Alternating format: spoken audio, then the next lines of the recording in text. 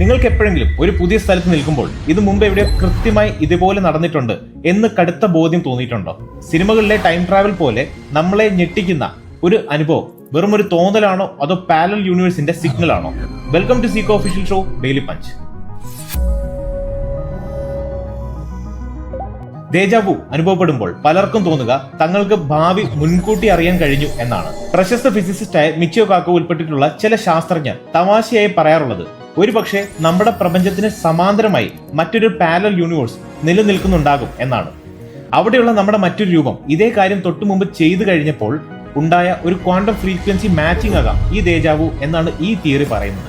കേൾക്കാൻ നല്ല രസമുണ്ടെങ്കിലും ആധുനിക ന്യൂറോ സയൻസിന് ഇതിലും ലളിതമായ മറ്റൊരു മറുപടിയുണ്ട്. നമ്മുടെ തലച്ചോറ് നമ്മൾ കാണുന്ന കാഴ്ചകളെ പ്രോസസ് ചെയ്യുന്നത് രണ്ട് കണ്ണുകളിൽ നിന്നും ഒരേ സമയം സിഗ്നലുകൾ സ്വീകരിച്ചുകൊണ്ടാണ്. ഇതിനെ ഡ്യുവൽ പ്രോസസ്സിംഗ് എന്ന് വിളിക്കും. സാധാരണയായി രണ്ട് കണ്ണുകളിൽ നിന്നുള്ള ദൃശ്യങ്ങൾ ഒരേ മില്ലി സെക്കൻഡിൽ തലച്ചോറിലെത്തും.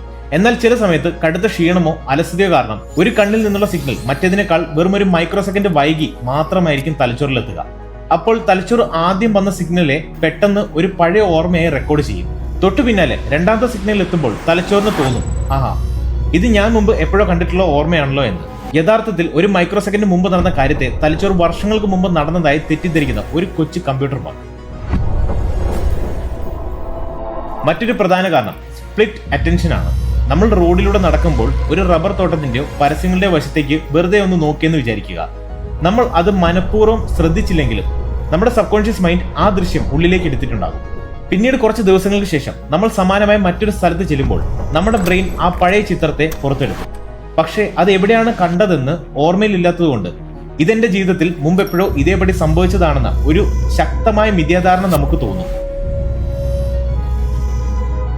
ചുരുക്കത്തിൽ ദേജാവു എന്നത് പാരലൽ യൂണിവേഴ്സോ ടൈം ട്രാവലോ ഒന്നുമല്ല.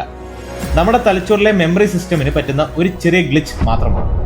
എങ്കിലും ആ ഒരു നിമിഷം നമ്മുടെ യുക്തിയെ മുഴുവൻ അത് ഫ്രീസ് ചെയ്ത് കളയും എന്നതാണ് ഇതിന്റെ മാജിക്. നിങ്ങളുടെ ജീവിതത്തിൽ നിങ്ങളെ ശരിക്കും ഞെട്ടിച്ച ഇന്നും ഓർമ്മയിലുള്ള ഒരു ദേജാവു അനുഭവം ഉണ്ടായിട്ടുണ്ടോ? അത് എവിടെ വെച്ചായിരുന്നു എന്ന് താഴെ കമന്റ് ചെയ്യും. അപ്പോൾ നെക്സ്റ്റ് വീഡിയോയിൽ കാണാം മറ്റൊരു ഡെയിലി പഞ്ചുമായി.